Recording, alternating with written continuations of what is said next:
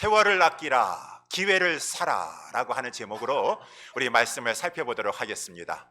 세월을 아끼라 라고 하는 이 말의 뜻이 기회를 사라 라고 하는 그런 말입니다. 세월이 지금 시간이 흘러가고 있습니다. 흘러가서 지금 이 순간에 이제 다시 돌아오지 않는 것처럼 세월 속에, 시간 속에 기회가 있어요. 그래서 이 흘러가 버리는 세월 속에서 내가 기회를 붙잡지 아니하면, 오늘 본문의 말씀에 나와 있는 대로 기회를 사지 아니하면 그 기회는 다시 없을 수도 있다라고 하는 것입니다. 그렇기 때문에 나중에 그때 그 순간에 그 기회를 붙잡았어야 되는 건데 그 순간이 다시 오지 않는구나 라고 후회하지 말고 지금 이 시간에, 이 세월 속에서 주어진 이 기회를 붙잡아라, 살아라고 오늘 하나님께서 우리에게 말씀하고 계십니다. 그러면은 우리가 살아가는 동안에 이 순간에 붙잡아야 될, 사야 될 그 기회는 무엇인가? 본문을 통해서 두 가지 점을 살펴보도록 하겠습니다. 첫 번째는 구원의 기회를 사라라고 이렇게 말씀해 주고 있어요. 그래서 이제 말씀을 우리 보면은 15절 말씀에 그런즉 너희가 어떻게 행할 것을 자세히 주의하여 지혜 없는 자 같이 말고 오직 지혜 있는 자 같이 하라라고 이렇게 말씀해 주고 있어요. 성경에는 중간지대는 없습니다. 믿는 자 아니면은 믿지 아니하는 자요, 예수께 속하였는가, 하늘에 속하였는가, 아니면은 이 세상에 속하고 예수 밖에 있는 자들인가 라고 하는 것이고, 오늘 본문의 말씀에서도 성경에서는 모든 이 사람을 두 부류로만 나누고 있는데 지혜 없는 자가 있고 지혜 있는 자가 있도다 라고 하는 것이에요. 물론 성경에서는 여러 가지 지혜를 말씀해 주고 있지만 가장 중요한 문제에 있어서 지혜가 있느냐 지혜가 없느냐, 이 지혜 없는 자라고 하는 것은 바로 죽음 이후의 삶을 대비하지 못하고 있는 자가 가장 안타깝게 지혜가 없는 자이다 라고 이렇게 말씀해 주고 있다고 하는 것입니다. 우리 누가복음 16장에 보게 되면은 예수님께서 말씀하셨어요. 어느 부자가 있었습니다. 아주 현재 생활에 만족했습니다. 호화로운 생활을 누렸습니다. 그렇지만 그 사람은 지혜가 없어서 죽음 이후에 그 영혼을 대비하지 못하고 있었다가 부자에게도 죽음은 찾아옵니다. 모든 사람에게 찾아옵니다. 성경에서 말씀해 주고 있죠. 한 번 죽는 것은 모든 사람에게 정하신 것이다. 그 후에 심판이 있을 것이다 라고 이렇게 말씀하고 있어요. 그런데 그 부자는 지혜가 있어서 부자가 됐는지 모르겠지만 그것은 세상적인 지혜요, 진정한 지혜가 없어서 죽음 이후를 대비하지 못하고 살다가 그만 하나님의 심판 앞에서 저는 지옥에 들어가고 말았다 라고 하는 것이 우리 누가복음 16장에 나와 있어요. 지옥에 들어가서 저는 말할 수 없는 큰 불꽃 가운데 고민하면서 고통하면서 내가 왜 이렇게 지혜가 없었던가, 그때 나에게 주어진 저 세상에서의 그 세월, 그 시간 속에서 내가 구원받을 그 기회를 붙잡았어야 되는 건데 그 기회를 놓쳤구나 라고 후회하지만 때는 이미 늦었습니다. 이렇게 구원의 기회는 지금 이 세월 속에서, 이 세상 속에서 이 시간 가운데 그 기회, 구원받을 기회가 주어지면서 지금 우리의 눈앞에 흘러가고 있는데 중요한 것은 그 기회를 붙잡는 것이다, 사는 것이다 라고 하는 것이. 그러면 이제 중요한 것이 그 구원의 기회를 어떻게 하면 붙잡을 수가 있는 것인가, 어떻게 하면 성경 말씀대로 살 수가 있는 것인가. 한마디로 주 예수 그리스도를 믿으라 라고 하는 말씀인 것입니다. 여러분, 아까도 말씀한 것처럼 누가복음 16장에 그 부자가 음부에 들어갔어요, 지옥에 들어갔어요, 불꽃 가운데 고통하고 있습니다. 저 멀리 보니까 내 대문 앞에서 우리 집에 그 쓰레기 같은 음식을 빌어먹고 살았던 그 거지가 저 천국에서 아브라함 품에 안겨 있는 것이에요. 그래서 이 부자는 음부에서 아브라함에게 막 호소했습니다. 아브라함이요, 아브라함이요, 나는 이 지옥 음부에서 다시는 나갈 수 없지만 내 아버지 집에 아직 내 형제 5이 죽지 않고 살아 있습니다. 저들에게는 세월이 있습니다. 그러니 제가 요청하건대 저 당신의 품 안에 있는 그 아브라함 죽은 자를 살려서 내 형제에게로 보내주소서. 그리고 사후 세계에 정말로 천국이 있고 지옥이 있다는 것을 증거하여 저들로 하여금 이 고통받는 곳에 오지 않게 하여 주시옵소서 라고 이렇게 요청하게 되었어요. 그랬더니만은 그 믿음의 조상이라고 하는 아브라함이 그것은 하나님의 뜻이 아니다. 죽은 자가 살아나서 증거하는 것도 뭐 오케이 될 수 있겠지만 하나님의 이 구원의 원리는 모세와 선지자들을 통해서 들을지어다, 듣는 것이니라 라고 이렇게 말씀해 주고 있어요. 모세와 선지자들, 한마디로 말하면은 구약 성경 전체인 것입니다. 하나님의 말씀을 전하는 자를 통해서 하나님의 말씀을 듣고 구원을 얻는 것이 하나님의 정하신 것이다 라고 이렇게 말씀해 주고 있어요. 여러분, 그래서 모세와 선지자들, 이 구약 성경, 뭐 신약 성경은 말할 것도 없고 구약 성경까지라도 모든 성경은 무엇에 대해서 말씀해 주고 있습니까? 한마디로 예수 그리스도를 말씀해 주고 있는 것이죠.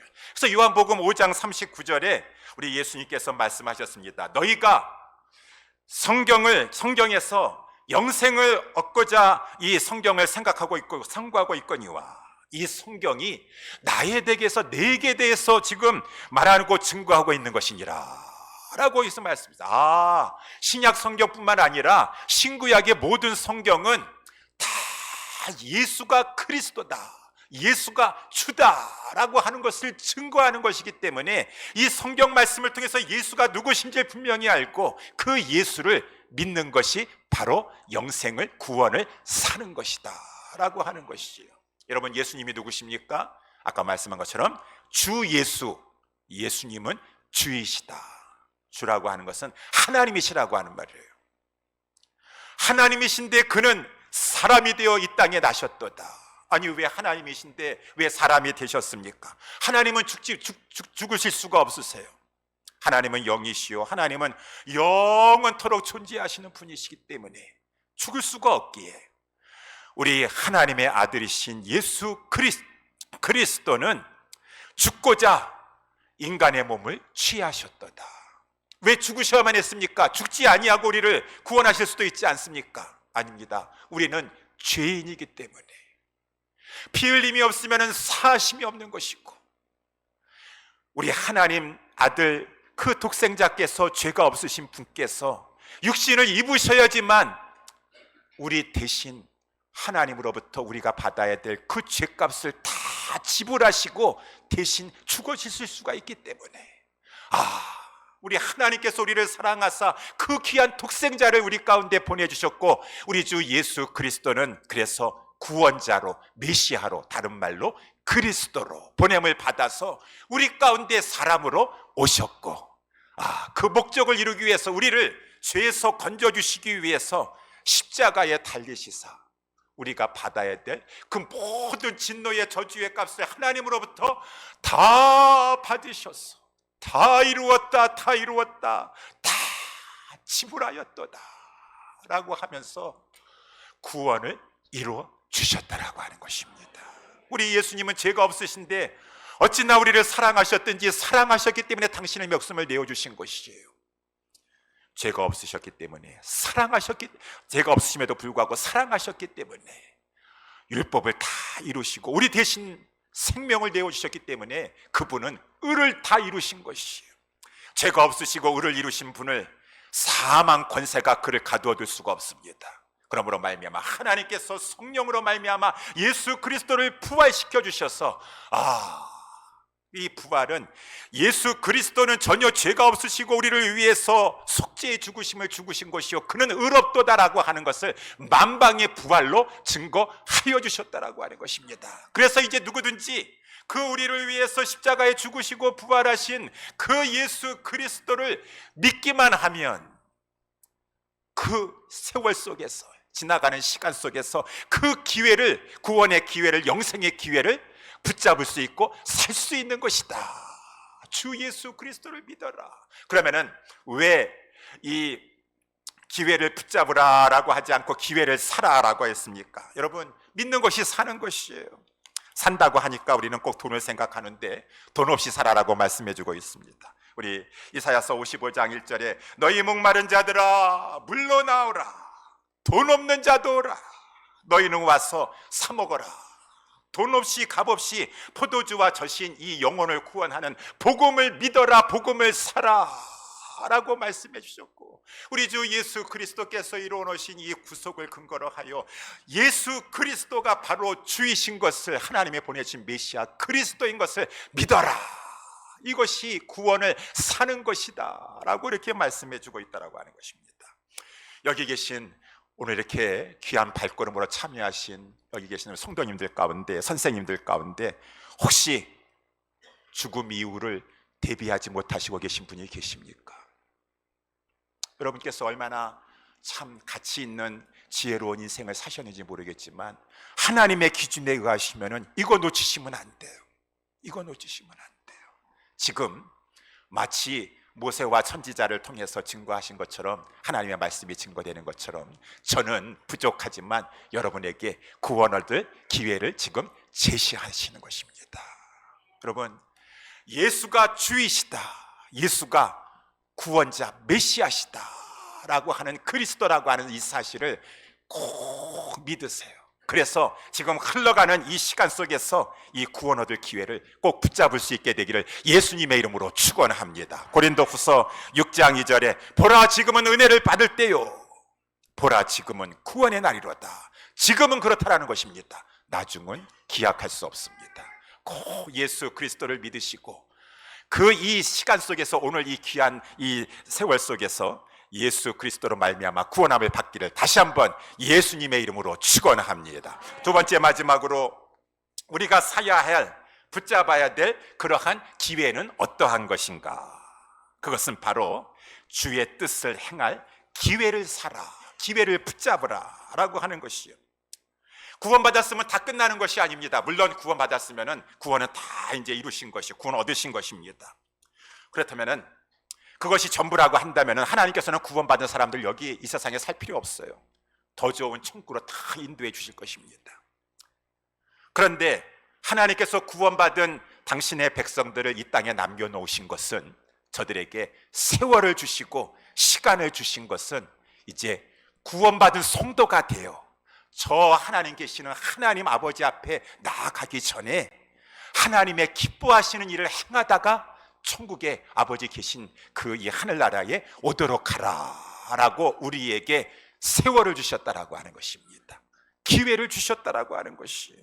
그래서 오늘 아까 15절 말씀에 나와 있는 것처럼 이 말씀은 이 예수 믿지 아니하는 불신자들에게 주시는 말씀이 아니라 에베소 교회 성도들에게, 아니 오늘날 우리에게 주시는 것이에요.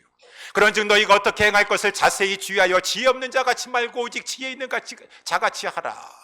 너희들은 지혜 있는 자가 아니더냐, 지혜 있는 자인데 왜 지혜 없는 자같이 삶을 사느냐 라고 하면서 지금 하나님께로부터 허락받은 이 세월, 이 시간을 속에서 자세히 주의하여, 어떻게 하면은 내가 이 하나님께서 허락해 주신 이 세월의 시간을 정말 지혜롭게 살 것인가 좀 신중하게 생각하면서 살도록 하라 라고 하는 것이 이제 오늘 본문의 15절의 말씀이고 16절의 말씀인 것입니다. 그래서 세월을 아끼라, 지나가는 시간 속에서 하나님의 기뻐하신 일들을 붙잡아서 그 삶을 살도록 하라 라고 이렇게 말씀해 주고 있는 것이에요. 그러면서 이제 오늘 본문의 16절에 보니까 때가 악하니라 라고 이렇게 말씀해 주고 있어요. 여러분, 지금 이 때가 악하지요. 옛날보다 얼마나 사람들이 강팍하고 신문을 보고 뉴스를 들을 때마다 정말 이전에는 상상할 수 없던 경악스러운 일들이 많이 전개되고 펼쳐지고 있구나, 이 세상이 참으로 악하구나, 때가 악하구나 라고 이렇게 하게 되는 것이죠. 이러할 때 우리 성도들은, 구원받은 지혜로운 자들은 더욱더 지혜롭게 행하게 되니, 왜? 때가 악할수록, 밤이 깊을수록 낮이 가깝다라고 하는 것입니다. 우리 주님이 제리 직전에가 가장 캄캄하다 그래요.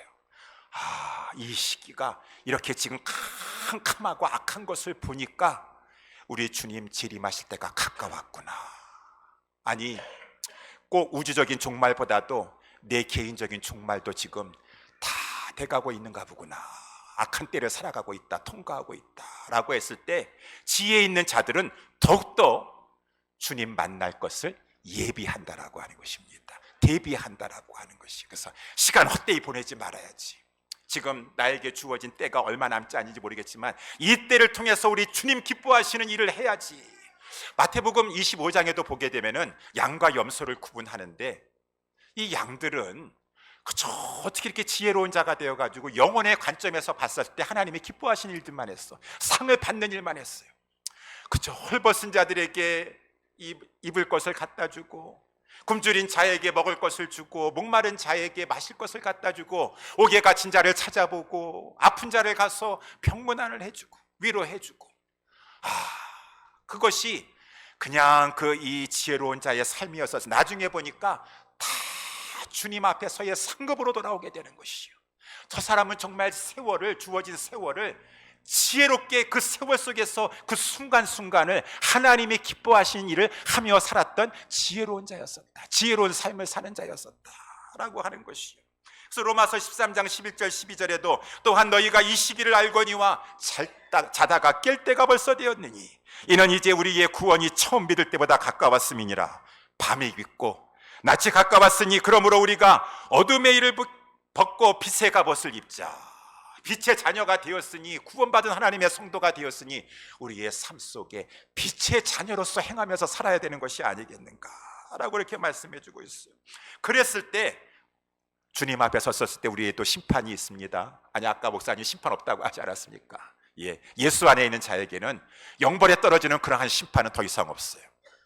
그렇지만 일종의 상급 심판이 있다라고 하는 것입니다. 제가 이렇게 장례식에 가서라도 이렇게 입관 예배, 발인 예배를 인도할 때 요한계시록 14장 13절의 말씀을 종종 인용하기도 하는데 그 말씀에 나와 있지 않습니까? 자금이로 주 안에서 죽는 자들은 복되다, 그 말인 것입니다. 저희에게는 이제 안식이 모든 수고를 그치고 이제 쉼을 얻을 것이고, 또한 저들에게는 행한 일에 따르는 것이 이제 하나님께서 상급으로 갚아 주실 것이다 라고 말씀해 주고 있어요.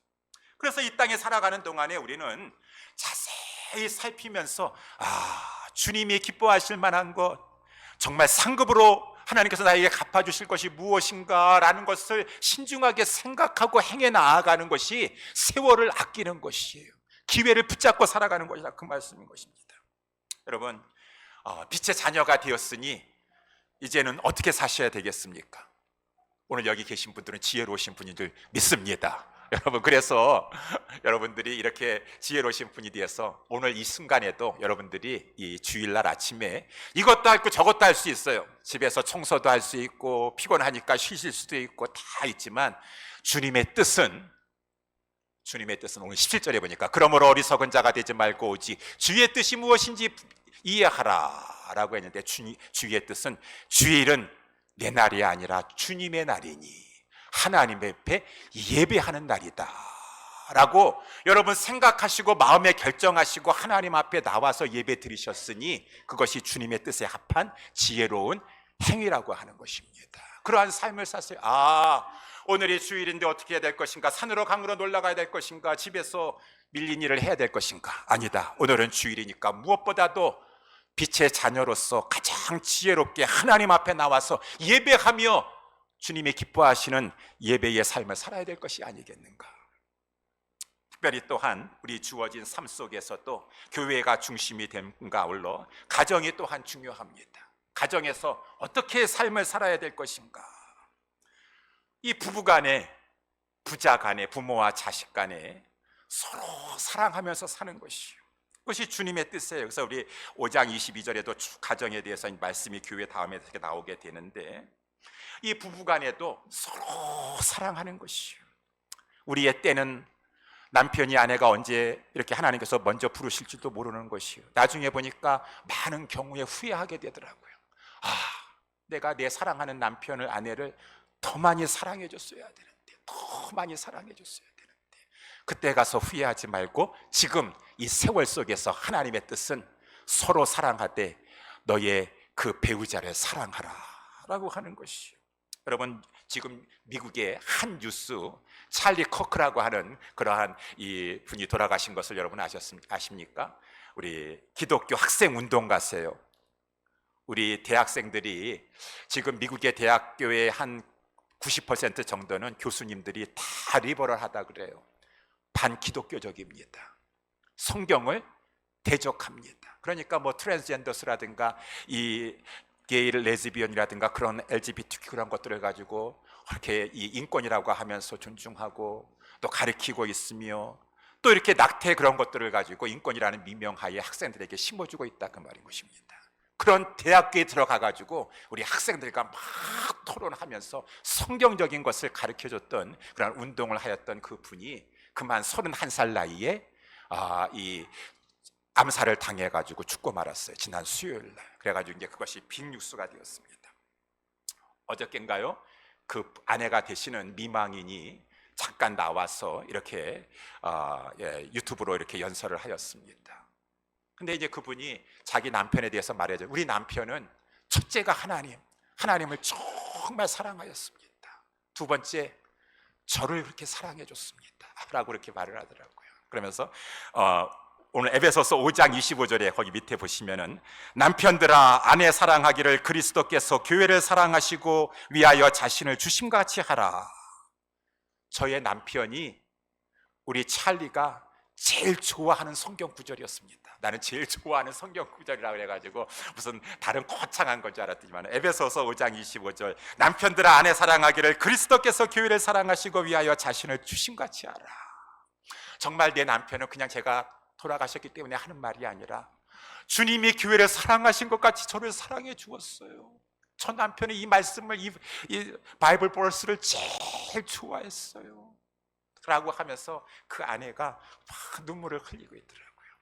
우리 그리스도인들은 그렇게 사셔야 돼요. 가정에서도 정말 주님이 교회를 사랑한 것 같이 아내를 사랑하고 교회가 주께 순종하는 것 같이 아내는 주 안에서 우리 남편에게 복종하고 우리 부모 자녀 간에도 서로 있을 때 계실 때 사랑하고 공경하고 세상에 나아가서 그저 이 그리스도인답게 살기 힘들지만은 빛된 삶, 소금된 삶을 살고자 하는 것, 이것이 바로 주님의 뜻이로다 라고 하는 것이요. 나중에 후회하지 않습니다. 지금 여러분 때가 악하다 그러지 않았습니까? 정말 때가 말세가 다 되었어요. 디모데후서 3장 1절 4절 보게 되면은 말세에 고통하는 때가 이르리니 사람들이 자기를 사랑하고 돈을 사랑하고 거룩하지 아니하고 무정하고 쾌락 사랑하기를 하나님 사랑보다 더하는 이 때를 맞이하였도다. 에휴 정말 때가 악하구나, 못된 사람 같으니라고 라고 푸념만 하지 마시고 오히려 그때가 믿는 자들에게는 고통하는 때이지만 또한 기회인 줄 믿으시기 바랍니다. 왜 기회가 되나요? 여러분 예수 안에 있는 자들은 빛이라 그랬습니다. 빛이 되어야 되는 것이 아니라 빛이에요. 우리는 빛의 자녀들이요 빛인 것입니다. 낮에는 빛의 효용이 그렇게 필요치 않지만 캄캄할수록 밤이 깊을수록 더 빛의 위력이 강하더라고 하는 것입니다. 세대가 악하고 이 시기가 참으로 세상이 정말로 어둡기 때문에 우리 빛의 자녀들이 더 빛을 발할 수가 있는 것이에요.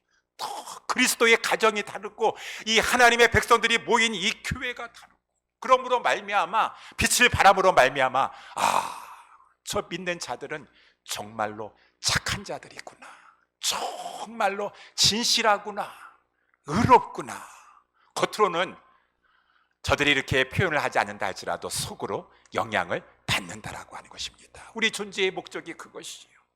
그래서 우리 이사야서 60장 2절 3절에도 보라 어둠이 땅을 덮을 것이며 캄캄함이 만민을 가리우니오니와 오직 여호와께서 내 위에 임하실 것이며 그 영광이 내 위에 나타나리니 열방은 내 빛으로 열왕은 내 비추는 내 광명으로 나오리라.